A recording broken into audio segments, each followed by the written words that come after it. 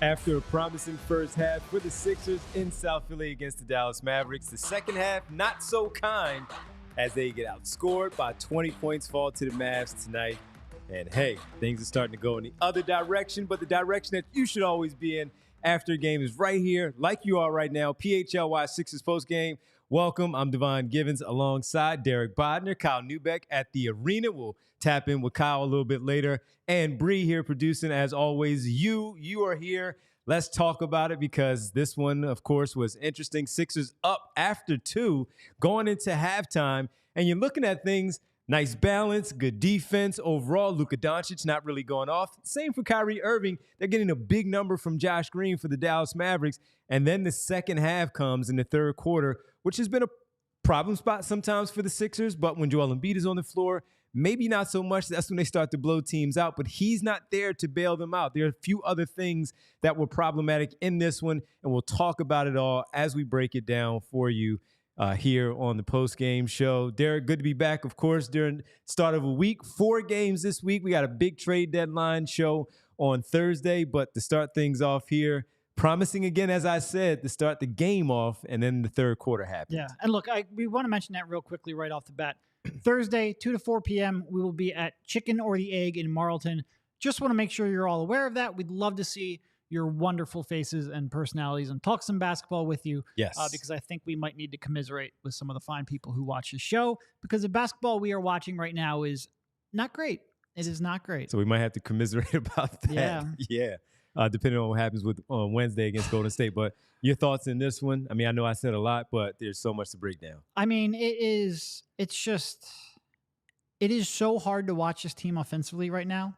And when you look at it, and what do they end up with? 29 3-point attempts in the year 2024. Yep. A lot of them came late. That is just not enough. And I thought they, especially in the first half, they did some things well enough to like, hey, they might be able to steal a victory here. Like they did a good job on the offensive glass. They took care of the ball reasonably well considering who they have on the floor. They defended really well, especially in that second quarter. And you thought they might be able to steal a game. And then they came out. Offense couldn't do anything in the third quarter. I'm sure we'll get to that. Defense couldn't get a stop there in the fourth quarter. The Mavs at one point scored on 10 straight possessions to blow the game wide open. And that second half was very tough to watch. And it just, when you watch this team, there's so few decision makers and ball handlers and creators around Tyrese Maxey right now that they load up, they get that ball out of their hands, and whoever they have, like whoever Maxey passes it to and has like a 4-on-3 or a 3-on-2, the other team just knows the Sixers aren't going to be able to get a good look out of it. When you have, Paul Reed as the outlet valve or Kelly Oubre as the outlet valve, they just don't make good enough, quick enough, decisive enough decisions to punish any kind of late rotations. And it is like Maxey really struggled with his own offense. He was missing a lot of runners and floaters inside. And the fact that there is nobody outside of Maxey to create a shot for anyone else, nobody whose decision-making that you really trust, nobody who, I think it was Rich who brought this up on Twitter. The Sixers are amazing in that when they get like a 4-on-3 like that, they neither have good spacing nor are able to kick out and get a good open shot. And you don't trust their decision makers inside. They end up just with a cluttered court and a wild contested layup at the rim that has a very low chance of going in.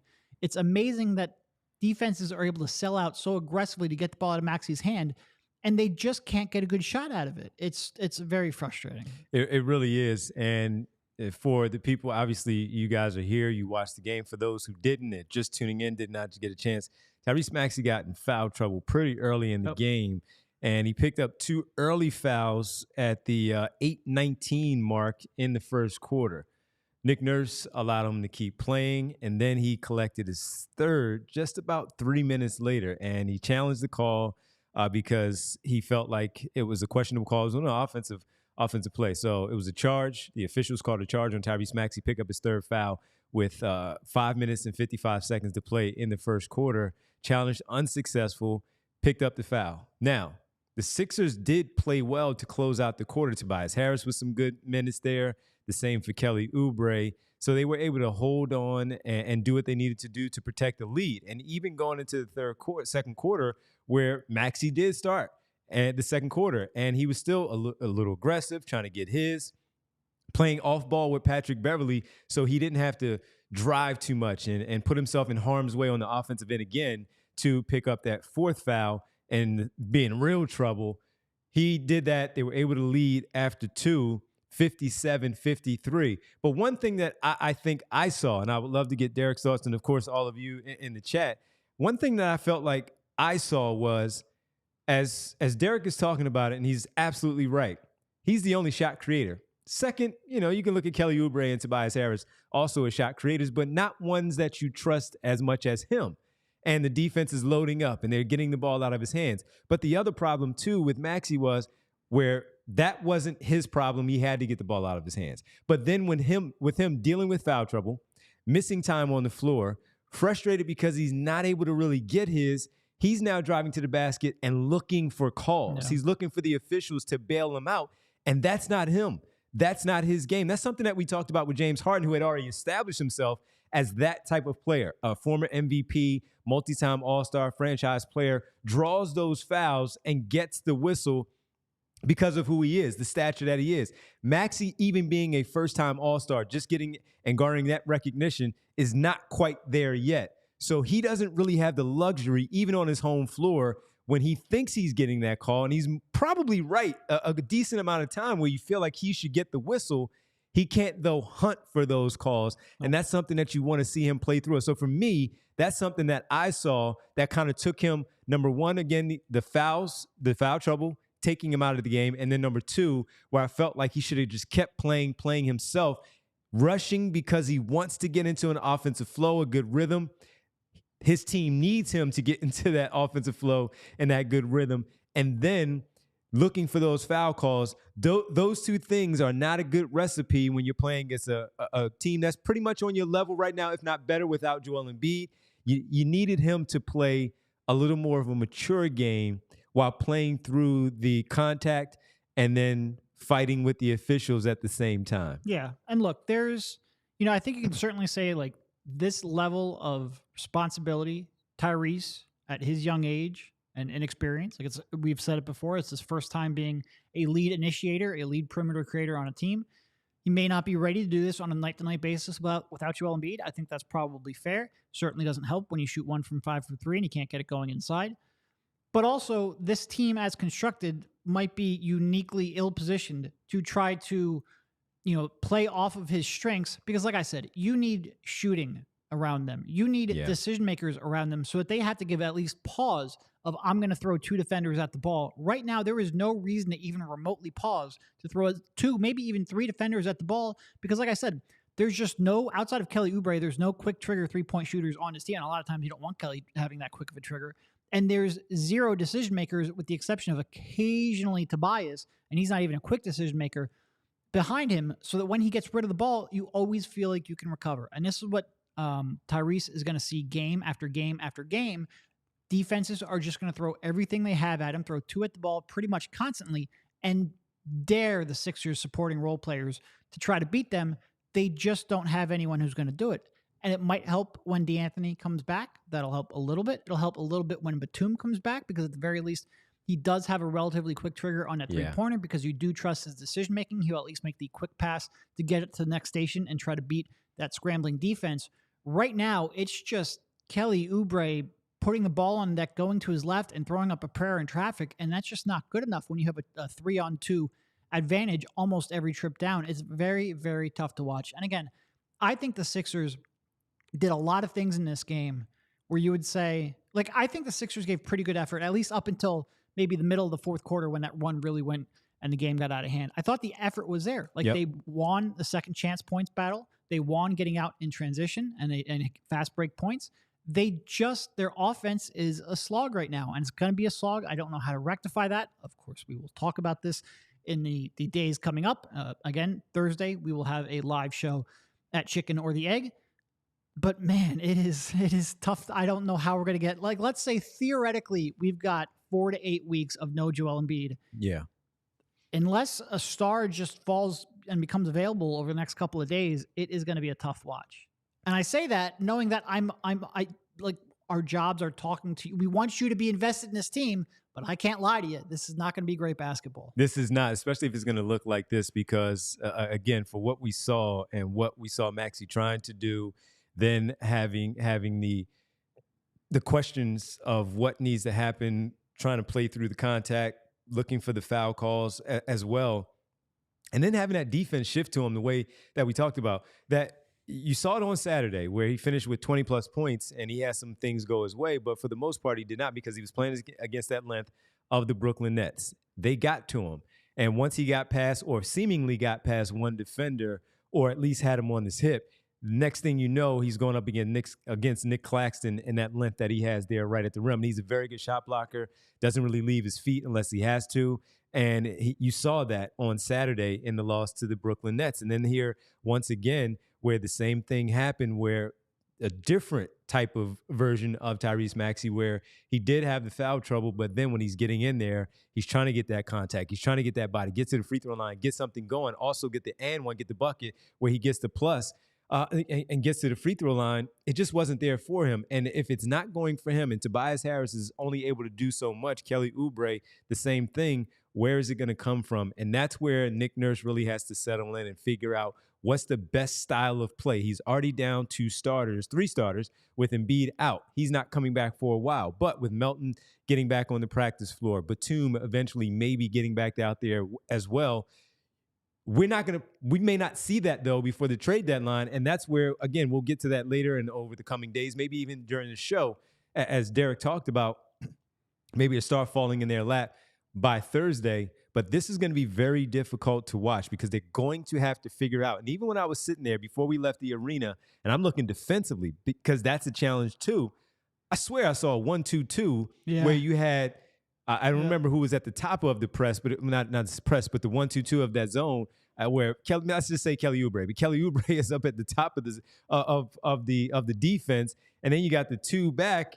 And I'm like, oh, this is going to be interesting. But they broke it, Dallas did, very easily. And this was on a night, folks, where Luka Doncic, to me, seemed a little disinterested with how things were playing. Now, I'll give Springer, we give Jaden Springer a lot of credit for what he did in the second quarter, specifically defensively against Luka Doncic. But even before that, he just looked, I'm out here, I'm bored, kind of, because Jaden Springer wasn't there early on to slow him down. And he did finish with 19, 8 boards and 3 assists. He only shot the ball 15 times, folks. Yeah. Luka was kind of on cruise control tonight. And in the second half, that's where things picked up. More Kyrie Irving. Josh Green was the one in the first half hitting 3-pointers where that's not his game. He's more defense, athleticism, getting out in the open floor, backdoor cuts, lobs, and finishing at the rim. Instead, he was knocking down threes when his teammates were looking for him, Luka Doncic and others. They were finding him open in the corner. They were letting him shoot. They were looking for Derrick Jones Jr. to shoot the ball. They were letting them shoot. He was punishing them, Josh Green. Luka was on cruise control. Yeah. And in the second half, everyone else picked up their play, and that's how they won this game also on the offensive end. Yeah. Yeah, that was when I saw the 1-2-2, man. I'm like, whoa. Yeah, like, I think they had a 1-3-1 at one point too. Like Nick tried to get creative, and I'm cool with that. I like the creativity. It never worked. That was right in the middle of the 10 straight possessions. But you got to try something. Yeah, absolutely, man. But no, that one was tough. That was tough, and we'll get to the second half. We'll talk about some positives with Jaden Springer for what we saw there. Derek even put out a tweet. Hey, man, if this guy can just do one NBA level skill set, if he could pick up just one to go along with that defense that he had on display tonight, then he might be in good shape with the minutes that he's going to get, because without Embiid, you're going to need that. And with the inconsistency defensively of Bamba and Reed together, you're going to need something until Melton gets back, and Batum, who's a great team defender. You're going to need something to really slow things down. But first, let's tell you about a few things, pay a couple of bills here, and we're going to start off here with some bagels. Tell you about some bagels. You want to tell them about some bagels? Sure. You tell them about the bagels. All right. Bagels. I got it last time. All right. I'll go with it. I'll go with that. I am a little hungry. Yeah? Yeah, before we left, I was looking for some food. I was like, all right, let me see if we can get something. But you know what? There were no bagels in the arena. And what we had, you saw them here last week, where we had the bagels on full display here. Bagels & Co. our great friends. Kyle talks about them very, very often, and we do too. Brooklyn-style bagels made in Philly, with the Philly love. They make sure that the huge bagels, biggest bagels in Philly's very large, hence the Brooklyn, New Jersey style. We have large variety, usually have 15 to 20 different types to choose from daily, and they have seasonal bagels as well. For instance, if you were with us during the Reading Terminal run that we had, the Christmas bagels on full display right there. Great, great stuff from Bagels & Co. Largest cream cheese varieties and 30 different flavors of cream cheese smears, different types of seasonal flavors that they cater to for various sports teams, of course, here in Philadelphia, Florida as well, whenever they get to expand out there. For instance, during the holiday, Christmas bagels, football season, Eagles. Same thing here with the Sixers and maybe even the Phillies. We saw that during the playoff run for the World Series run. They have it all for you, have you all covered. Did some Phillies promotional style stuff in the fall, and hopefully we get a chance to see that again. They're an affordable brand, get a lot of food for cheap in today's inflationary world. That's key to Bagels & Co. They've debated raising the prices, but wanted to make sure that they were an everyday brand and not some season and high price plays high on the weekends where you can't get food for the family. Yeah. So they kept it that way and made sure they do that, have the mom and pop feel, but cater to the everyday individual. Really good coffee. It's not $7 like Starbucks. Why go to Dunkin' when you can go to this great spot? Once again, more premium product at the same price point. For the best Brooklyn-style bagels made right here in Philly, head to www.thebagelsandco.com. You can find your store nearest you to find the closest Bagels & Co. to get the great, great bagels that they have. We also want to make sure we tell you about Game Time because buying tickets to your favorite events shouldn't be stressful. Now, watching the team, that's going to be stressful as all heck. But buying the tickets, no, that should be easy. Game Time is a fast and easy way to buy tickets for all sports, music, comedy, and theater near you. With killer deals on last-minute tickets and their best price guarantee, you can stop stressing over the tickets and start getting hyped for the fun you'll have. Game Time is the place for last-minute ticket deals. Forget planning months in advance. Game Time has deals on tickets right up to the day of the event. And the Game Time guarantee means you'll always get the best price. If you find tickets in the same section and row for less, Game Time will credit you 110% of the difference. It's the fastest growing ticketing app in the country for a reason. With Game Time, you get images of your seat before you buy, so you know exactly what to expect when you arrive. And you can buy tickets in a matter of seconds. With 2 taps and you're set. With tickets sent directly to your phone, so you never have to dig through your email. Snag the tickets without the stress with Game Time. Download the Game Time app, create an account, and use code PHLY for $20 off your first purchase. Terms apply. Again, create an account and redeem code PHLY for $20 off. Download Game Time today. Last minute tickets, lowest price guaranteed. I just looked at Twitter and Stacy hit me up on Twitter, Quiet Storm. Stacy on Twitter, she said it just like you, Derek. She thought she saw a 1-3-1 out there on the floor. So definitely got that 1-3-1 defense mixed in, and they're going to have to get creative because looking at how, Paul Reed has some decent plays here and there, but for the most part, he struggled tonight. Mo Bamba off the bench got 17-plus minutes. Awful. Like his rebound, Kyle and I, I'm sure Kyle will talk about it when we get on. Kyle and I were losing our minds. Yeah. He was just going up without a purpose. He was getting pushed around. Yeah. I mean, Reed was bad too, but in his own unique way. At least Paul Reed would rebound. Yeah. It seems like Mo Bamba doesn't really want to rebound. He just goes through the motion, so it looks like he is. He is awful on the glass. Awful. He awful. did end up with 10 boards, 4 of which were offensive, but his overall game tonight was offensive, just like our headline there on the show graphic, because it was offensive. But no, he was. There was, of course, where we sit, so in the first half behind the basket, and you get a really good chance to see how they're rebounding, their positioning, and what's going on. And you just saw he wasn't attacking the ball as it was coming off the rim. And then when he did get his hands on it, the Dallas Mavericks were right there looking like they're ready to snatch it out of his hands. And you wanted to see him cradle it and at least squeeze the basketball to make sure that no one else could really get in there and try to pry the basketball loose.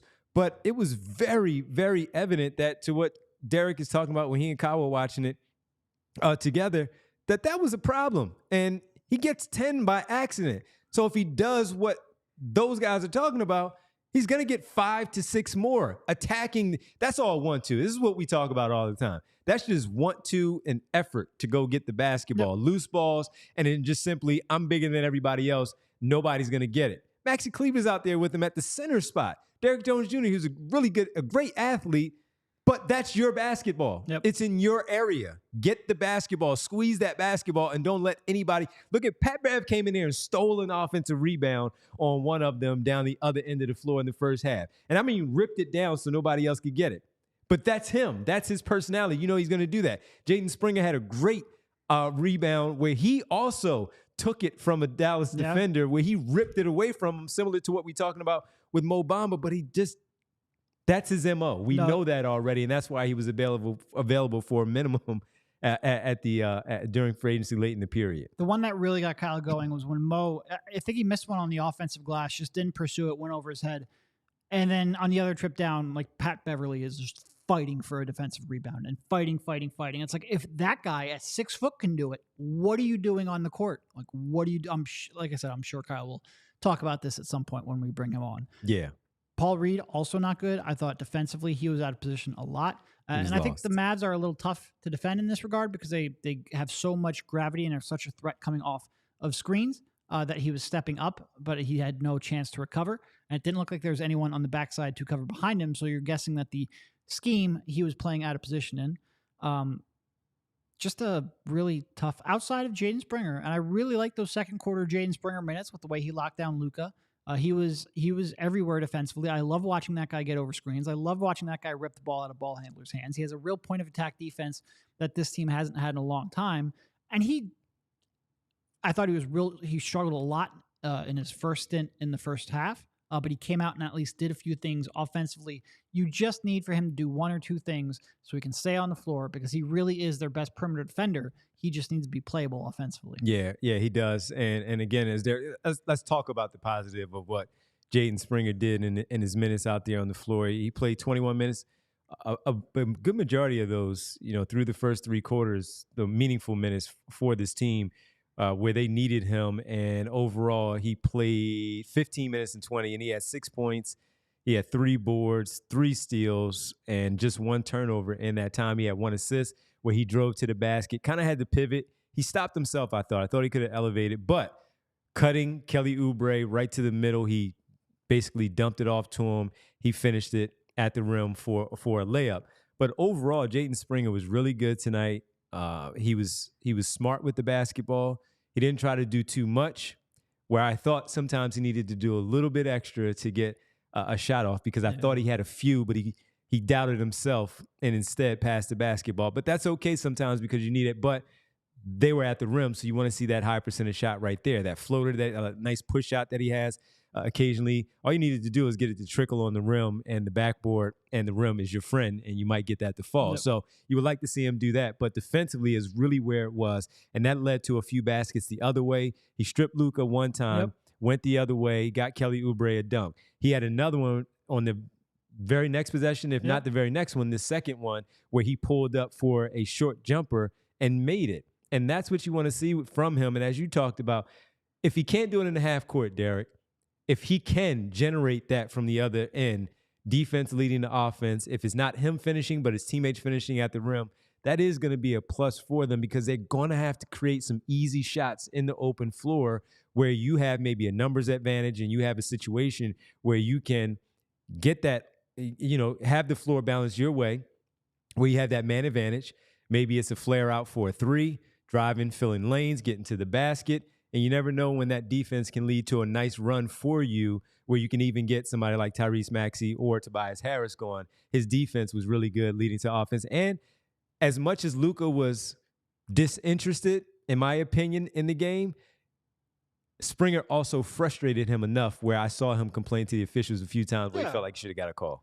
And in that middle of that stretch that you were talking about, like there was the one where he stripped Luka on that drive, and then another possession or two later, he came down, fought through a screen, contested a tough jumper on Luka, got the pretty much floorboard dove. I don't think he dove for it, but fought for a floorboard, then started pushing it up. And when he pushed it up, he tried like this spin move in transition and traffic and just dribbled it off his foot and right back to the Mavs. Right. And that's really it. I not only do I need him to get a shot, and he needs to have a shot. Like all 5 players on the floor need to shoot, especially when you're, a perimeter player. But he also he needs to slow down a little bit offensively. Like he gets going at times, dribbles himself into traffic, gets caught in a no man's land, and then doesn't know how to get out of it. Just do a little less. If the three's not there, swing it around. If you take 2 drives and the defense collapses on you, kick it out. Like I think at times he tries to do a little bit too much offensively, which is bad because the skill level's still behind. So when you try to do a little too much, it tends to lead to bad results.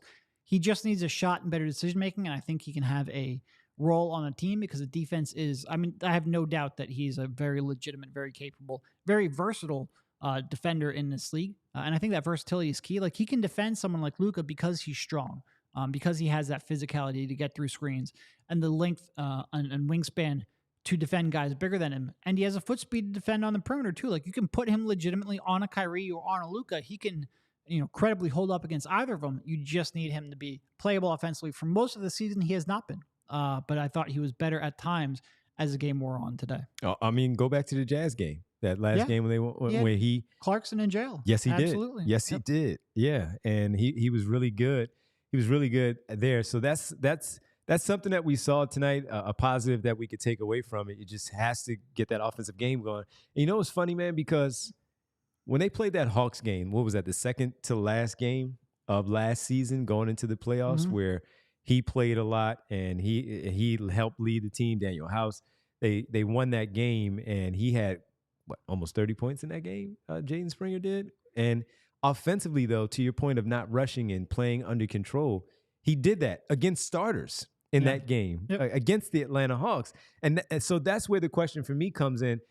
How does he go from that? And look, that was a meaningless game in a sense for the Sixers because the playoffs were already wrapped up. He was getting 30-plus minutes, but the Hawks were playing starters, so it wasn't like they weren't giving effort on that other end. They were still fighting for a situation in terms of the play-in, to where we're still questioning certain things here now, in the here and now, of what he's doing offensively on the floor and why is he speeding himself up? Why is he not playing at a different pace when we've seen it before? And this is something that we're going to see him. We're going to see him in the rotation, and maybe there's something that they can get out of him, squeeze a little bit more of that juice out of him for the time being. But as Ash says here in the chat, this team is built to play around Joel Embiid. So when he isn't there, it isn't a house of cards there. Oh, very much. Very much so. And that's where the question will come in with Nick Nurse. How do they change the style of play? What does need to happen, especially offensively, for them? I was talking to someone earlier, and we were talking about that very thing of back when Simmons had to take over in the 2018 season, I believe it was. The Bellinelli, Ilyasova, JJ Redick was already here. So you're talking about a lot of three-point shooting around Ben Simmons. So is that the idea here going forward? The problem is you don't have those type of three-point shooters. That's where maybe you have to go into the trade deadline. But if you're going to do that, you have to make sure that while you're doing that, that's also going to blend in and mix with what Joel Embiid does when he comes back. So shooting is shooting around Embiid. So yes, that should work. But we'll get into all the trade deadline stuff. This is where Nick Nurse is going to have to really earn his money for the time being and try to figure out how to get the very best out of this team with Tyrese Maxey as the lead guy, Tobias Harris, and then everybody else. Yeah. And look, I hate almost saying this because I don't want to make too much out of like Batum and Melton because they are just role players. But at the very least, are role players who will A, shoot, and B, make decent decisions. And that is so meaningful when you start talking about, just trying to, like, the Sixers right now without Joel Embiid have to do so many of the little things, and I hope that those add up enough that you can steal a game here or there. I mean, if players who are either incapable of or you don't trust their decision-making to do the little things, then it's very, like, you can string that together for a quarter or two, but for a full game, eventually they're going to figure out how to pick the Sixers apart. And it's just, like I said, watching that third quarter where they just had no chance of beating that 4-on-3 or no chance of really stopping them. I just don't know what the team right now can rely on if Maxey's not on a 51-point heater. And this was a night where he very much was not. Yeah, and 17 points in the third quarter was tied for the season low 17 points in the third overall. And at one point, I think it was around a 5-minute mark before the subs came in, and Nick Nurse waved the flag and said, all right, enough is enough. Derek, you had mentioned that they had scored just 15 points, and at that point, they were up to 32 points in the second half. They were outscored by 20 points in the second half, where the Dallas Mavericks really got things going in the third and fourth quarters. And a lot of that scoring in the fourth quarter from the Sixers was garbage time. Like they had, I think, like 15 in the fourth quarter with like 4 or 5 minutes left. It was when this game was actually in doubt, the Sixers offense was nowhere to be found. 41-28 in the fourth, and off the bench, Grant Williams and Jaden Hardy got going.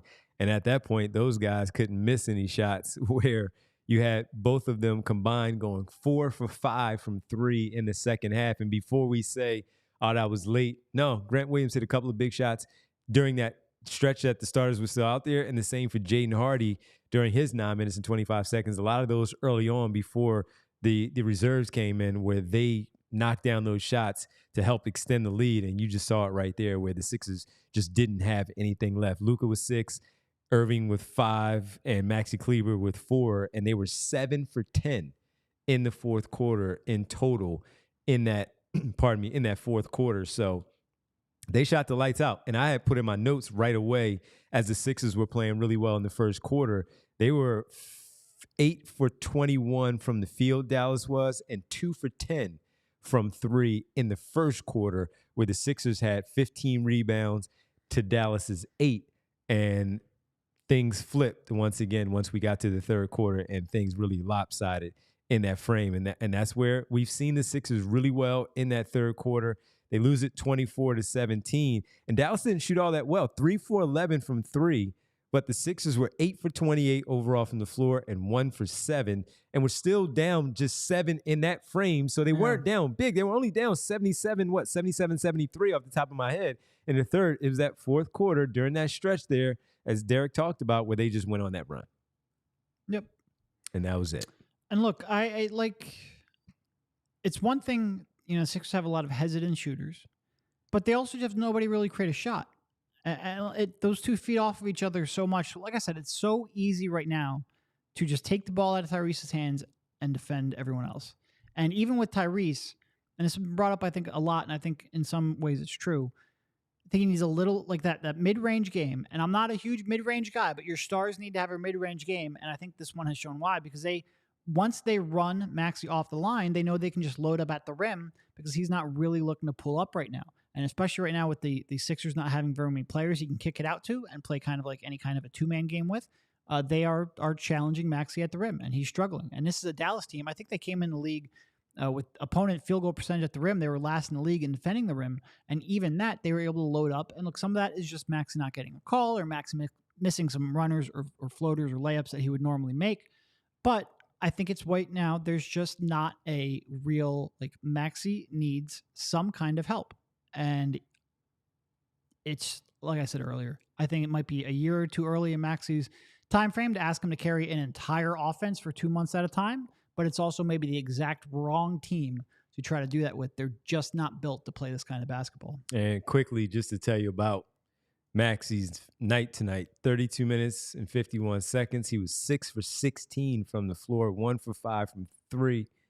And he got to the free throw line 3 times, knocking down 2 of those, finished 15 points, 7 assists, those 4 personal fouls. He had 3 turnovers, and we know we've talked about it plenty here, where Maxey does not turn the basketball over. But for the second consecutive game, seeing the blitz, seeing that length come at him, and having to get rid of the basketball quickly, he's going to have some nights where he has these 3 turnovers and things like that. So 19 points for Oubre to lead the team in scoring, 17 for Tobias Harris, 10 off the bench for Marcus Morris. 19 points on 17 shots with 0 assists. You need more out of your second option. And people are going to be like, oh, well, he's a minimum contract. Okay, that's fine. That's fair. But right now, he's probably your second most important player on the team. You just need him to not have complete tunnel vision, and maybe just make one connective pass or one kick-out pass to the corner, so that then they're not loading up to meet you at the rim either. No. You just need you need more. No, you're talking about Kelly Oubre. No, I know that. He sees the green light is there now, folks. Joel is not there. The green light is his. And that thing is You know how at night when you leave and sometimes the light is stuck and you're like, oh, this is, you just look in your rear, you're like, that light's been green for a long time. That's Kelly Oubre. That thing is stuck on green. And when that ball swings to him, especially in the corner, boy, you're not getting that ball back. So you better forget it. And he was squeezing those shots off tonight. And he made sure he fired those shots off again.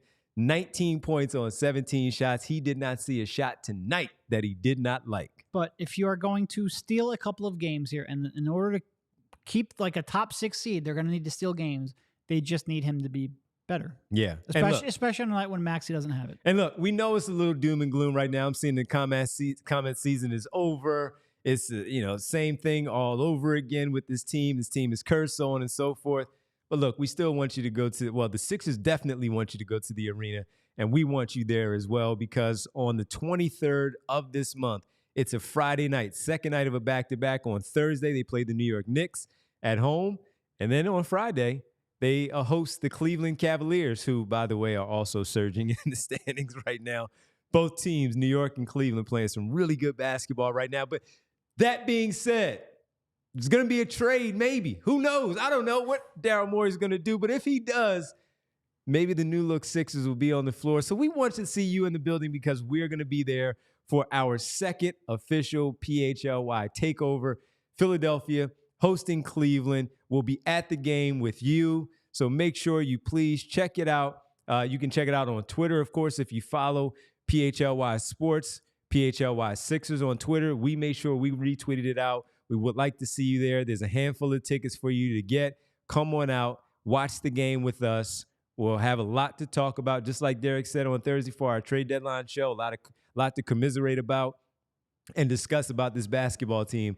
I'm sure there'll be a lot to talk about. And why not do that in-game with us, where we can chat it up and throw some things, bounce some things off of each other. And we'll even talk about it on our post-game show once the game is over. Hopefully we're talking about a win. Hopefully we're talking about a better product on the floor. But we would like to see you once again for the takeover. PHLY Sixers crew, myself, Derek, Kyle, Bree will be there on the 23rd February at the arena, Philadelphia and Cleveland. Yeah, and it was really, we had one of these earlier. It was really cool to get to meet people, chat, talk about some Sixers, talk about not that there's any good news in Philly sports, but like theoretically some good news in Philly sports if that does happen somehow. And the tickets where these are, there's a bar up in that section, so we can have a beverage or two. It will be a great time. I'm looking forward to it, and I will probably spend way too much time chatting with people and not enough time watching the game, which will make that post-game show we can figure it out. Real interesting, but we'll figure it out. We'll figure it out. We'll figure it out. We always do. The people at the game will be more important than the game anyway. Well, see, that's why you take the notes from what they're saying and come back and say, Money Mars said this. Jay of the Jungle said this. So let's elaborate a little bit on what they had to say. And that's what we'll talk about on February 23rd, Friday night. PHLY, our second official takeover at the arena. All right, looking at this team here and what we got from them tonight. A lot of struggles, a lot of up and down with this team. I was looking at them, and Wednesday they're going to host the Golden State Warriors, folks. They have a 3-game homestand here, and then they have Golden State and then Atlanta on Friday. So a 3-game homestand, 4th game at the arena, on the road, where they have 4 games this week. We'll be here with you for post-game for all 4 games. But I was looking at them, and guys, gals, Sixer fans out there, Derek, I was looking at them saying, I wonder how many of these are actually playing in their second to last game in a Sixer uniform because of Thursday's trade deadline. Not to get too much into that, because we'll have a lot to talk about on Wednesday after the game and certainly on the trade deadline. But I was looking at them, and more of this is what I ask you. We'll get to Kyle when he jumps in from the arena after he finishes all his post-game work. To be honest, if he doesn't get on here in the next 10 minutes, I'm not sticking around too long. And he won't We don't need to do an hour 20 show just to talk about Kyle. Not on this slot. No, we're not getting many updates on injuries here tonight, unless we want to hear him rant about Mo Bamba. But how much of what you looked at tonight made you think about, again, they need to do something or not need to do something for this to be sustainable? And of course, we don't know the diagnosis and what's going to come out of Embiid surgery. Well, he's having a procedure. on an injury. Correct. And we don't know yet. They'll Why can't find we out just more. say he's having surgery on his torn meniscus? I don't understand it. I know. I don't get I it. know. He's But clear. Anyway. I know. But how much of that, watching this team and not knowing when he comes back, has you leaning one way or the other of what maybe, not to get into names, but just more of, hey, they need to do something or not What do other something. procedure would there even be on a knee? You're still on the procedure. I don't fucking get it. I know. Don't get it. I know. But how much? How much? And then we'll get to Kyle. So, like, and again, I think part of it, we won't really know the full details of the recovery until he actually goes under a knife or the procedure or whatever you would even say for that. Look, if they want to contend with Embiid this year, I think they need more help. Maybe not drastic help, maybe just one of the Bogdanovichis, but some help. But also, like, if they're going to, I remember we did a roundtable, and I was like, look, if they can just find a way to go like 4 games under 500, I think I said like 16-20 over the last 36 games or whatever it was, it would be real tough for the Heat to catch them. Heat would have to basically win 60% of their games. I don't think this team can go 16-20. I don't think they can play nearly that. I mean, look, maybe Tobias gets back in a groove. Maybe Melton comes back. Maybe Batum comes back. Sure. They more competitive. I'm struggling to see 15 or 16 wins out of this group. They might need some play. Maybe that just means, like I said, a Bogdanovich and a Drummond and a Tyus Jones. Maybe you can get them for cheap enough that you don't have to spend all of your assets. You can still be flexible in the summer, yada, yada, yada. But yeah, I think they need something. I just don't like the aggressive moves. First of all, I don't think there's very many out there. Outside of DeJounte Murray, I don't think there's really a name out there per se.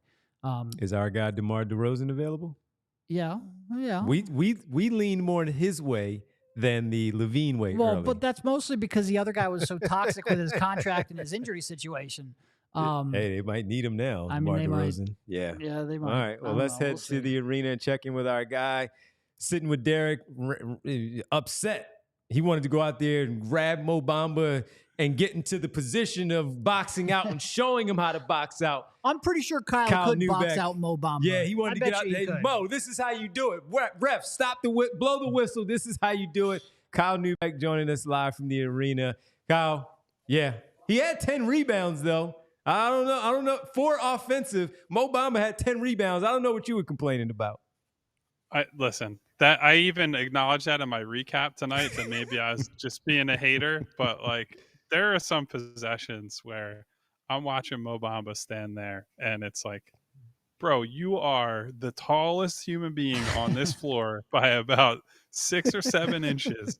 And you think that the ball will travel to you as if guided by magic or ghosts or you just got to put some magnets on his hands, magnet in the ball, he's good to go. It's the gravity, man. It's the gravity of the ball. It's coming his way. I don't know. So, listen, that's so far down. Guys, I think the takeaway after talking with people after the game, frankly, seeing Tobias Harris, listening to him talk, this team just badly needs some reinforcements. And I mean, the guys that are not healthy right now that they're hoping to get back, they need Tobias to get right. Like Tobias sounds pretty bad. Nick Nurse said he would. Wow. No, not in that way. I'd say he still sounds very clearly sick. I actually posted a clip you guys can listen to after you guys are done there. But it sounded to me like a guy that if the rest of the team was in a normal spot, I don't think he plays in this game.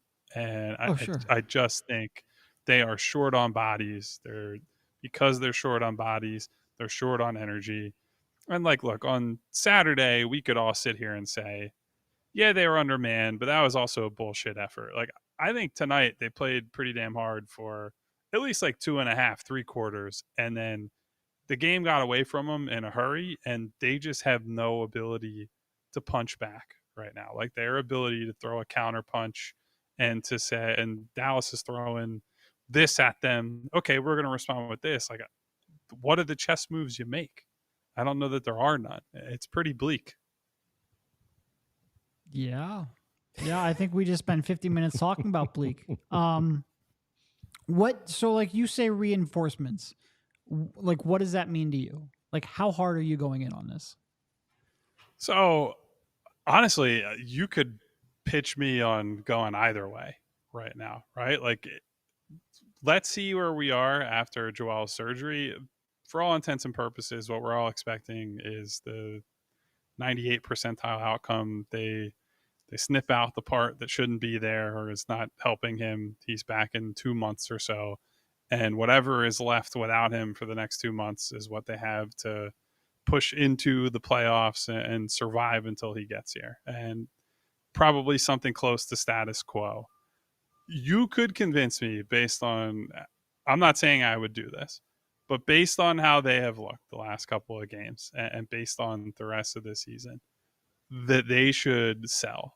And they could look at this and say, even if / when we get Joel back, this is a team that is going to have, let's be realistic, like high-end outcome is like 90% Joel start of the playoffs, right? That would be a fantastic outcome, yeah. I think that'd be a great outcome. And by that point, if they play like this, they're going to be hovering in, we all were like, hey, 5th or 6th seed, they'll be okay. This is a team that looks like they'd have to scrape by to get to the play-in right now. So obviously we're being colored by the last 2 games and certainly some games last week without Joe, and the mood is down right now. But I do not envy the front office right now. The reinforcements are going to have to come both internally and externally if they feel they need to pad the team to give them at least a puncher's chance if / when they make the playoffs. But I don't know, man. Just it's a tough call. Well, what do you do? I just want to point out that you talked about Joel's meniscus surgery the exact same way you would talk about me. Just cut out the part that isn't helping and get him out of here. I wouldn't say that. I think you're quite a bit of help on a day-to-day basis, Derek. As much as we squabble like the titular characters in Grumpy Old Men sometimes. Yeah, that is exactly us. Yeah. And with this, Kyle, and seeing this, we saw the 51-point performance from Tyrese Maxey, but we've also seen 2 games now with Brooklyn and tonight where the length and the defense that they showed him on Saturday threw him off. And again, having to rely on his other teammates. Tobias Harris not there. He was there tonight. Tonight, he also had to battle through the foul trouble and then trying to really assert himself while playing with the foul trouble, while looking for the calls from the officials and still dealing with that defense. And seeing this and talking about the reinforcements, how have you seen and maybe even your thought of how we have thought and talked about him so glowingly, and it's not his fault that Embiid is injured, but thinking that he can do certain things, and now with him having to be the lead guy, what have you seen from him in these last 2 games specifically? So I would say if there was a post-game theme, this was probably it, right? So Nick Nurse said one of the things they did poorly as a team was they handled the blitz poorly. And that's something that Tyrese Maxey, without Joel Embiid, is going to see every single night. Now, it might not be the same volume every night. It might come from different places, but he's going to get blitzed. And Kelly Oubre in the locker room was asked, like, what can you guys do to help him? And he pointed out what Dallas does and what they did that unlocked the game and allowed them to pull away. Dallas knew what they needed to do every single time that Luka Doncic or Kyrie Irving got blitzed. They got to the same exact spots. They made the same reads. They made quick decisions, and they got an avalanche of open threes because of stuff like that. And so some of it certainly is on Tyrese, right? Like he has to respond appropriately, has to look for the right guys, get the ball out of his hands quickly. But a lot of it is on teammates got to think and react quickly. They have to swing the ball. Like there were some times tonight where Tyrese got blitzed. And I'm not trying to pick on Paul Reed. I'm not expecting him to be like Draymond Green once the ball gets dumped into his hands. But there's some times when he's catching a pass and like 5 seconds are going by before he does anything with the ball. And that's a big problem. Like when a guy gets blitzed, the value for you as the offensive team is that you are now playing in a 4-on-3. Well, if you allow it to turn back into a 4-on-4 and then a 5-on-5, you have allowed the other team to waste seconds of the shot clock and accomplish exactly what they're setting out to do with the blitz. So that's a big problem. The other point with Tyrese, he admitted after the game, he said, I thought I spent too much of the second half trying to play for foul calls rather than just looking to score and just like being we talked aggressive. about. Yep. And I think you could see that in real time, right? Like easier for me to see because they were scoring or not scoring. They were shooting at the basket, not doing a lot of scoring. They're shooting at the basket that we sit by as media in the second half. And you could see Tyrese throwing his arms up over and over again on plays that like they're well contested, well defended plays where he's just throwing the ball up at the rim and they're bouncing off harmlessly. So I completely agree with that assessment. I thought that was pretty clear watching the game. So look, this is a big adjustment for him. You are going, as we've said 100 times, you're going to be the number one guy on the scouting report every single night, and teams are going to place the appropriate amount of responsibility on you as a result. So there are a lot of problems for him to solve, and they got to do it as a group. I'm glad he admitted to that. We talked about that really early, and I'm glad that's the maturity that we talk about. So now that he sees that, he's going to look at the film, and hopefully he makes the necessary adjustments to not do that, because he was flailing too many times, to your point, lifting his arms. But even on those shots, he was fading away a lot of those, and you're not going to get that call, all-star or not. Yeah, like when Tyrese is at his best as a driver, he's hitting first. It's the same with any player, right? Like you see with Luka, they're much different stylistically, but the reason Luka is so dangerous despite his athletic limitations is that he always hits first. That shoulder is going into your chest, and then he's hitting you with the step through. Then he's hitting the Euro. Then he's dragging one foot and going real slow when he's picking up a foul. Like you have to be the attacker, the aggressor, as the guy with the ball in your hands. And to your point, Devon, I'm very glad that he came out and said that himself, because it's what I thought during the game, and being able to be honest with yourself like that is really important. Yep. Well, you mentioned reinforcements. We spoke a little bit early about the ones that could possibly come Thursday. What about the ones who are sitting in street clothes right now? I wish we had better, more concrete updates. I know Sunday, Batum was a limited participant. I know Melton got work in. I don't know that, I can't remember if it was characterized as full participant, but was at practice once again on Sunday. So certainly I hate to use this word after the James Harden saga, he is ramping up. There it is. We busted out the ramp once again. I don't know if it's we needed the bell small for that ramp, big ramp, whatever it is. I was going to say, if you want to talk about recurring bits on the show, we have to get a ramp and I can't skateboard worth a shit, but maybe we get involved with that somehow. But I mean, those are the two big ones. Obviously, Cove is more of a longer term, where that was when they told us that was 3 to 4 weeks, although it's probably been a couple at this point. Those are non-update updates, if you're asking me. I keep saying that I think and I hope that Melton will be back. Batum has constantly been framed as more of a precaution thing, but only so many precautionary days you can take before it's a real issue. We did see Joel on the bench with his green on green plaid. You saw him on the bench. It's too much plaid in that too much green too. Too much frankly. green, and you can't have this. Yeah, it was too much. It was the same. Yeah. Then again, who am I to talk? I'll talk. I feel like I fashioned a little bit. Yeah, it was too much. I don't know what was going on there. I'm not gonna fashion police Joel. I will say one other thing that they probably need to figure out. I know we all say, "Oh, Tobias is a good locker room guy," and they have good leaders on this team, but it's hard to replace the leadership of the alpha dog, the top guy. So that they are going to have to figure out. When he speaks, he commands respect, even if he doesn't speak a lot. It's been good to hear from what we've been told. He's been in pretty constant contact with everybody, Nick Nurse, the players. So it's been good to see him still involved in some way. But obviously, like I said to open, I think the key here is that they need help. They need to get right. Every team says this around this time of year. They badly need the All-Star break. They got to eke out some wins here by any means necessary. Get that week off, get some guys right, and then attack that final stretch and hopefully get Joe back eventually. Quite a few games in between that time. And, of course, we'll be talking about them as well. Make sure you read Kyle at allphly.com. Check out the recap.